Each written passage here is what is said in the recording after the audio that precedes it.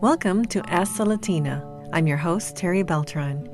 This program is about the opportunity to ask and learn from a Latina trailblazer, with the mission to inspire and motivate Latinas to enter a career where we just do not have enough representation. For more resources, visit our website, askthelatina.com.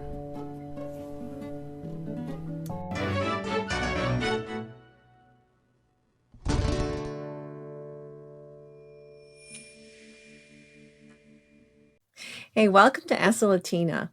Today, my guest is Maria Kneusel Rivera. I'm really excited because she's in the medical field. She is a registered nurse, and she's also going to show you all the things you can do as a registered nurse in your field. Maria, thank you so much for being with us. Thank you so much for having me. Well, let's get started. Tell us a little bit about yourself, your heritage growing up. Yeah, I was born and raised in Puerto Rico, so that is my background. I still have family there, and moved to the mainland United States at the age of 16. So can't say that, I think a lot of times people think of Puerto Rico, it is very Americanized, but when I moved here at 16, my English was not great. Let's just put it that way. So there was quite a bit of a learning curve, and I finished high school here, my last year of high school, and then went on to college, so to get a nursing degree. Okay, so you finished your high school here in, did you come to New York or is that where you went? I am actually, so initially my family moved to Wisconsin, of all places. Talk about culture shock and weather shock, right? Because it gets so cold there. And but now I live in Colorado now. Oh, okay. Which is not too bad. You still have a little bit of winter, but it's more sunny, and I think you can escape the snow if you want to. So yes, definitely. Good. So when you were in high school, is that where when did you start liking nursing or consider going into that field?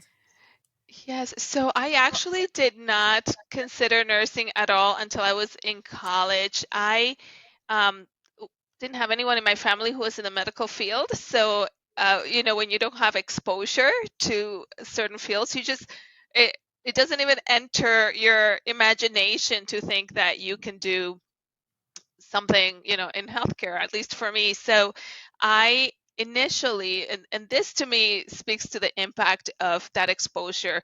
My first year, my last year of high school, when I was here, I was asked by a teacher to join the theater, the play that the high school was doing. And I did it, and it was fun. And I thought, well, maybe I should go into theater.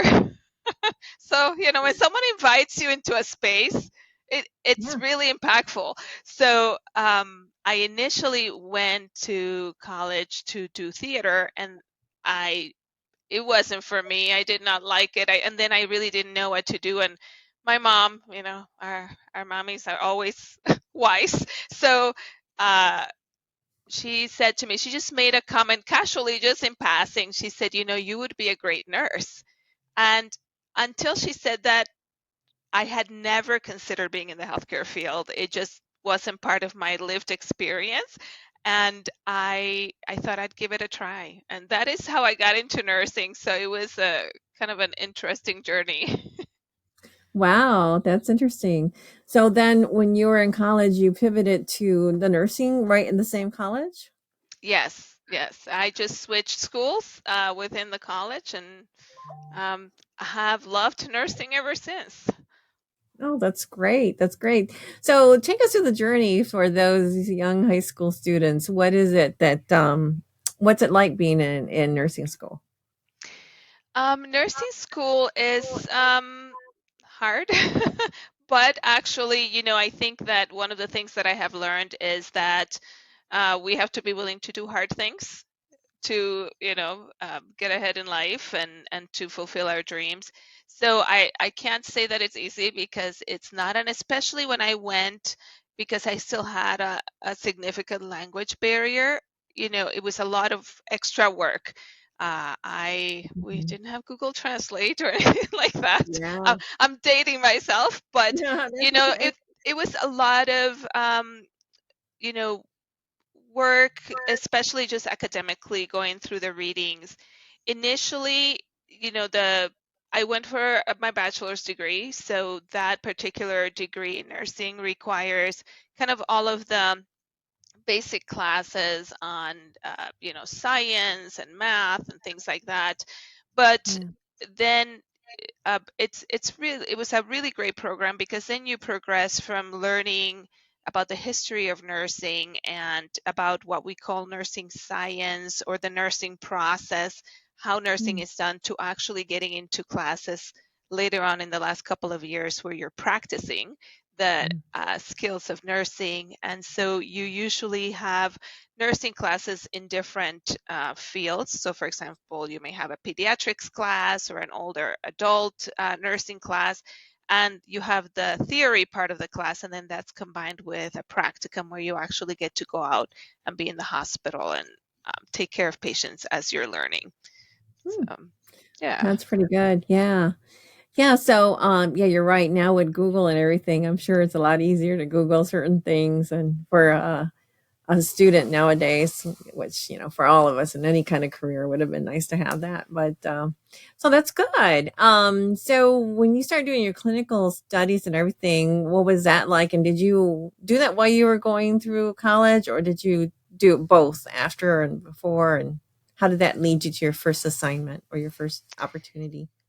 Yes. So part of for me, the experience of doing the clinicals alongside the classes um, was to, and I think, and the intention of the program being laid out like that is to give you kind of a taste for what each of the fields entails. So I knew, for example, when I did my pediatric rotation, I was like, oh, this is not for me. So we did, I had a pediatric rotation, an OB rotation, a general medical surgical nursing rotation, a psychiatric nursing rotation, and loved psychiatric nursing, loved the medical surgical nursing. OB and pediatrics, not so much for me. So I think it gives you an opportunity when you do your clinicals while you're in school to get an idea of what field you want to go into. I had, when you become a senior, sometimes a junior, but when you in a 4-year program, or when you become a senior, a lot more opportunities open up for you because hospitals will hire you as a next nurse extern, or um, you know other type positions like that that allow you to work in the hospital setting before you graduate. So in addition to my clinicals from school, I worked as a nurse extern in an emergency room at a hospital where I lived in Wisconsin at that time, and that was probably the best experience that I had, that led me to really know what I wanted to go into. It gave me some exposure to what we call high acuity nursing, which is all the adrenaline pumping nursing work, like intensive care, ICU, emergency room. So that's where I actually went right after school. So you enjoyed that. I know I know that it's so nice because you can go in so many different areas to make a decision, like you said.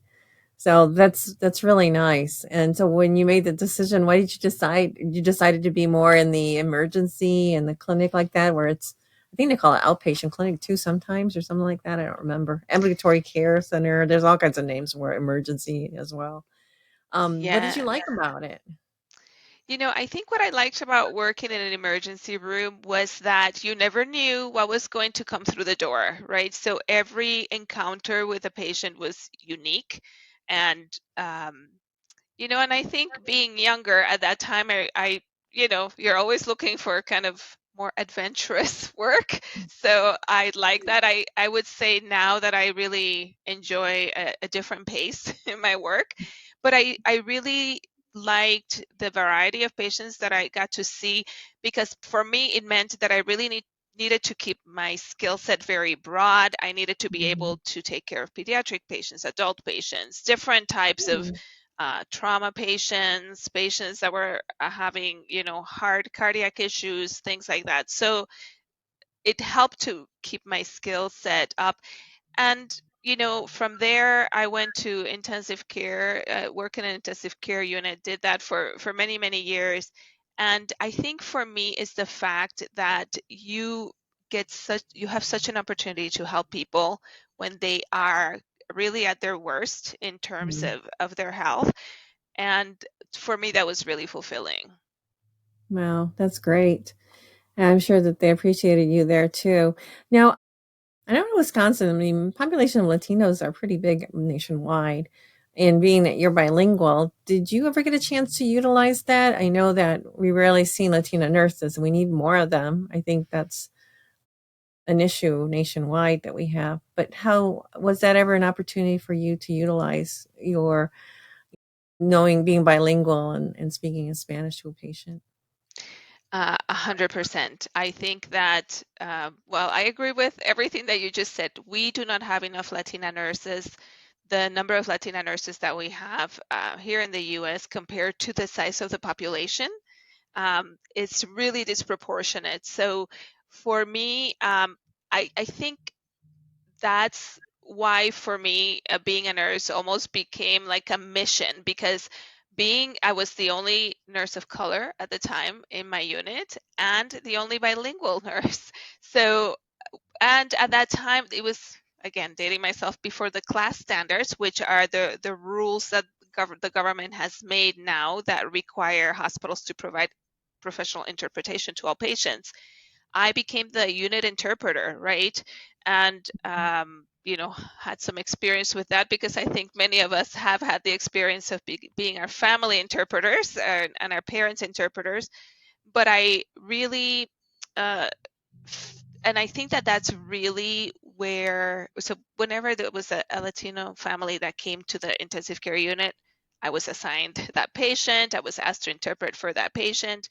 And I think that that's where I began to really become so aware of the disparities that our community was experiencing in terms of the healthcare services they receive. So um, Mhm. that's what eventually led me to doing my work in health equity. That's great. Yeah, I think that the disparities is very critical. I mean, just about in everything. I don't think that we can get clinical studies can't be done right if they can't, we don't have anyone that can relate to Latino patients or their families. And I'm sure, I know I've been on the other side. Although my mother was a registered nurse, when she became ill, that's when I realized there wasn't enough nurses anymore. I thought, what's going on? And just the difference, we're having a Latina doctor or Latina nurse there to talk to your family, I think makes a big difference. There's this cultural connectivity Yes. that's missing and so important. I can only imagine with COVID how horrible it was for families that could not be there, and especially with the language barrier, it must have been horrifying. So tell me, where did you go from there then? I love the fact that you had that passion for it, and you touched on so many things that are so important. So you're now, I mean, how long were you, first of all, in your role there with doing, with your intensive care unit and emergency? Yeah, I did about 10 years of intensive care. And Oh, so the thing is that, of course, whenever you are the new nurse in a hospital, you always get to work nights. So oh yeah. doing the night shift, but I actually preferred it because the day shift in an intensive care unit can be quite hectic. That's when all the doctors come through to check on the patients. There was a lot going on, so I kind of liked the slower pace of the night shift. So I did that for, like I said, about 10 years. And I think at that time, the more that I did that work, the more that I really felt that I kept thinking about prevention. Like, how do we Mm, keep these individuals from getting here in the first place? Like, what is happening?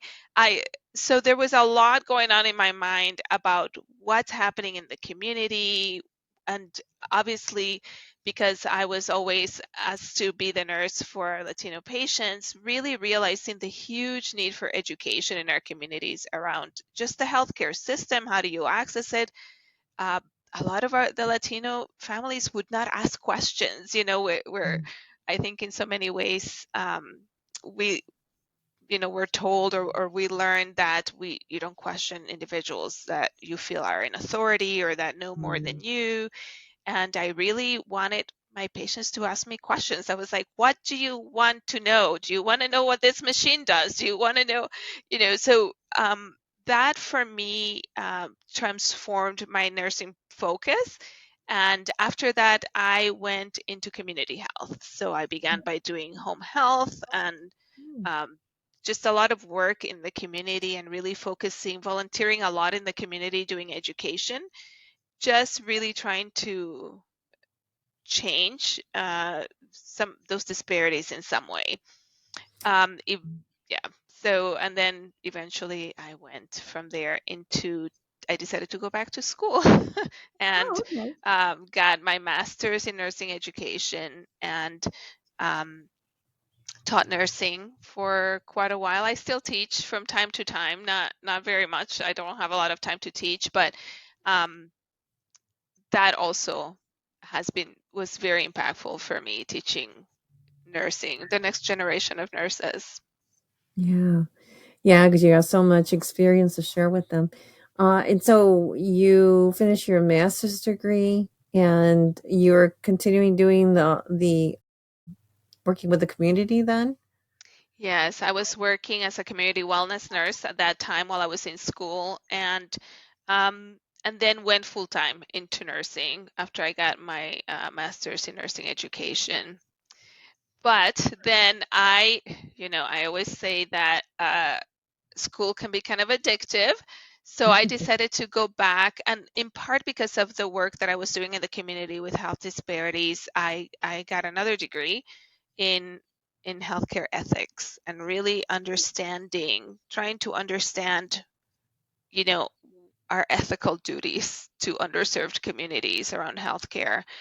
That was a really powerful experience for me. I learned Wow. a lot about I think it changed my mindset as a nurse, from one where you do things to patients, right, uh, to one where you do things with patients and with communities. And it helped me really understand the importance of bringing communities in to participate in Mhm. at the table where the decisions are made about how they receive care.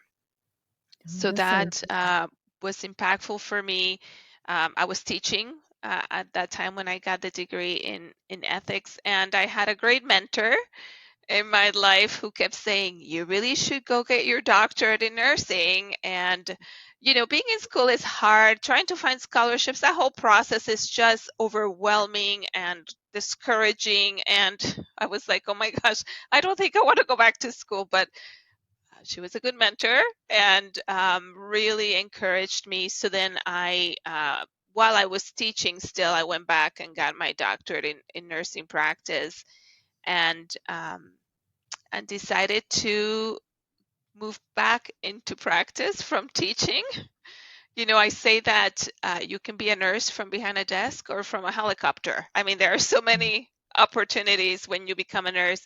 So I went yeah. back to clinical practice, and I was doing outpatient clinic, working in an outpatient clinic, and at the organization where I'm at now, at Centura Health, and an opportunity opened up for a health equity consultant at Mm. Centura Health, and I jumped at it because I thought this feels like the culmination of my whole career and everything that I've been preparing for, where all of my passion is around patient care. So Mhm. um, that's my position right now. I am a nurse consultant for a large healthcare system, and I guide all of their health equity strategy.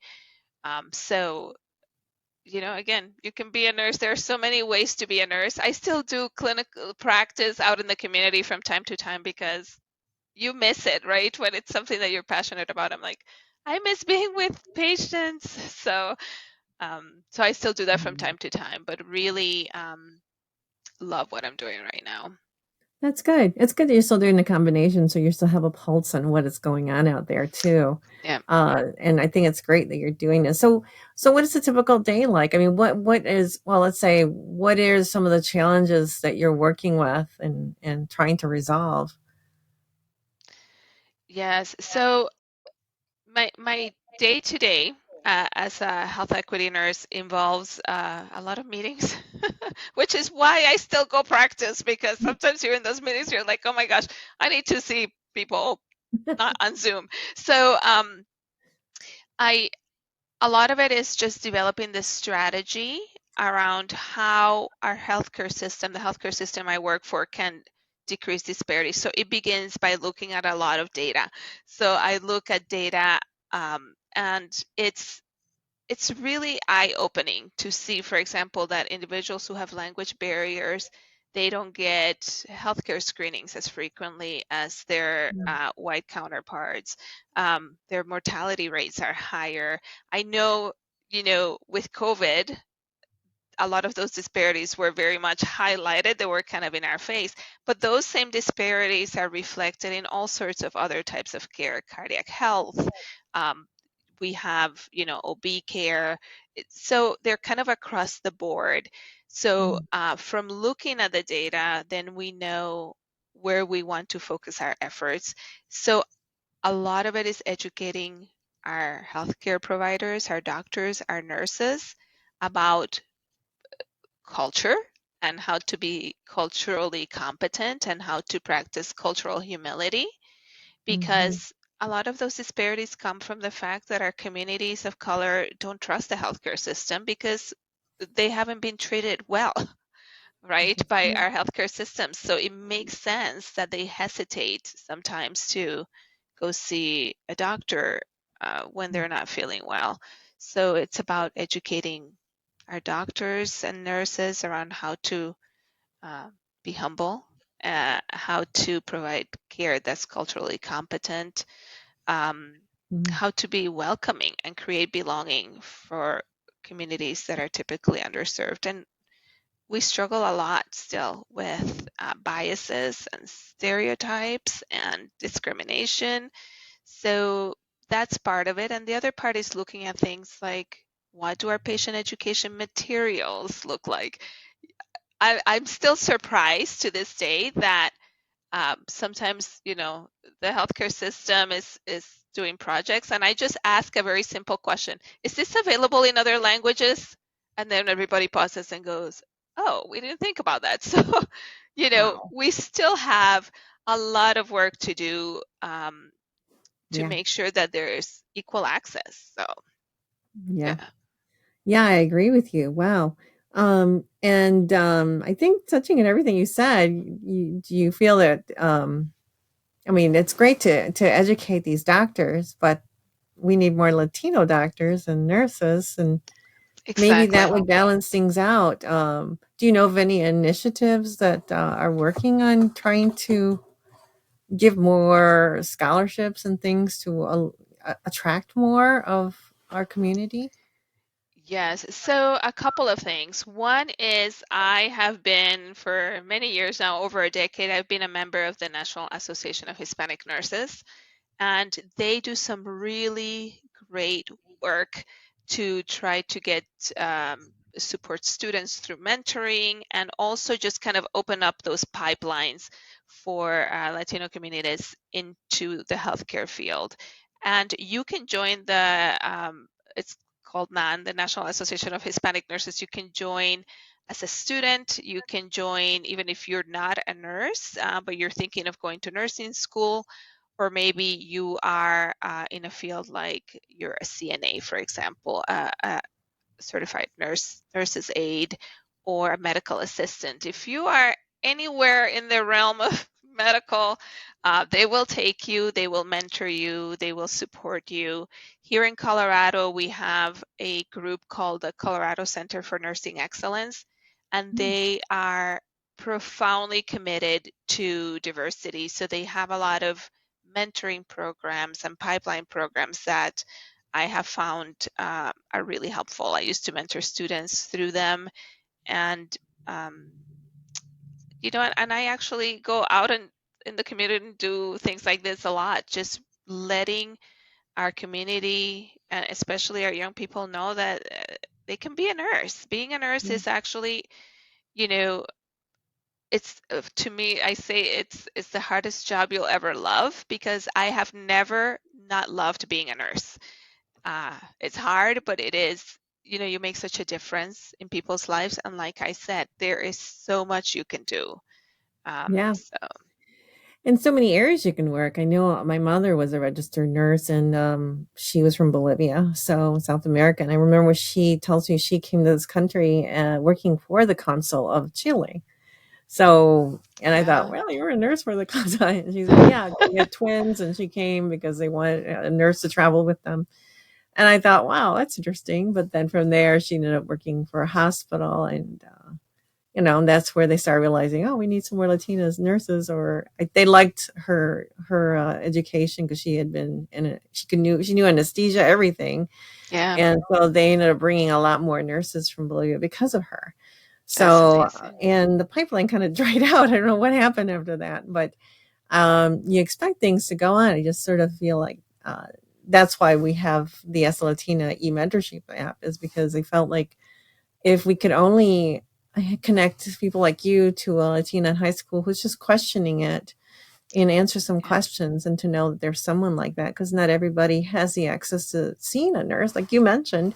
Seeing someone like us in these roles can make a big difference. And I think it hits you hard more when you have something that happened in your family and you wish you had been able to ask more questions. I don't know how many Latino families out there have experienced that, but that should yeah, that's probably happened quite commonly, because I know even with me, I wish I'd ask more questions. You trust the doctors, but then afterwards you're thinking, why did I trust him? He didn't he didn't give me this right. opportunity of choices that I could have made and maybe could have done a difference for my mother. And so Yeah, things like that really kind of resonate with me. And I think that's why I became so adamant to create this e-mentorship app, and to really bring more people like you to this program, and then also, connect them through the app, because I yeah, just don't want to see any other family feel like I did, kind of like regrets not asking questions. And I love the fact that you're doing that, telling them, educating them, and telling them they have to ask questions is so important,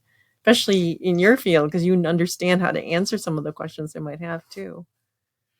yes. It's we need to empower our community to Mhm. ask questions and to challenge what is happening to them in the healthcare system. But sometimes you don't even know what to ask, right?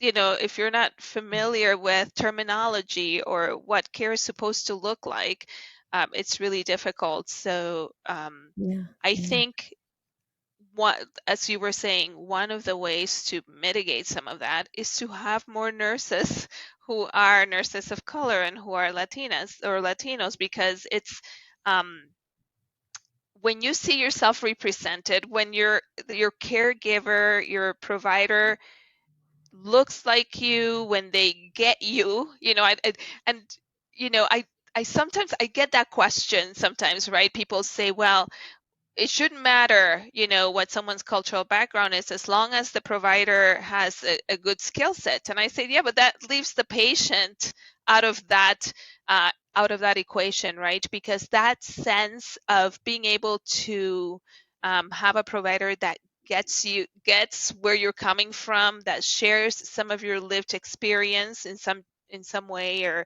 some of your cultural background, just creates a connection that isn't replicated, you know, otherwise.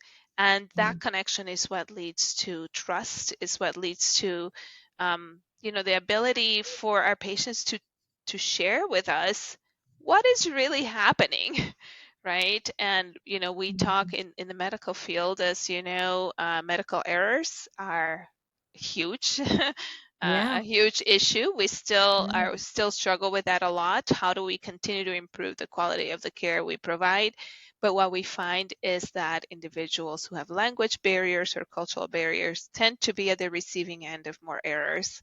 And Mm. part of that is because there isn't that connection where they can ask questions, or there's that lack of empowerment where they feel that they shouldn't question what's happening. Yeah. So, what message would you give to Latina high school students about nursing? Yes, I would say, go into it knowing that you're going to have to work really hard, but keeping that goal in mind, right? That once you're done with nursing school, you will have so many opportunities to help your community and to help others in ways that in a wide variety of ways. I think sometimes I hear students will tell me, well, I don't like blood, or I, things like that. And I'm like, you know what? As long as you can get through nursing school, you can be a nurse in all sorts of fields that don't involve seeing guts or, or Yeah. blood or anything like that. So, and it's such meaningful work. It's such powerful work. And I think that for me, and I don't know if this has been your experience, but I know that it has helped my family, right? The fact Oh, that yeah.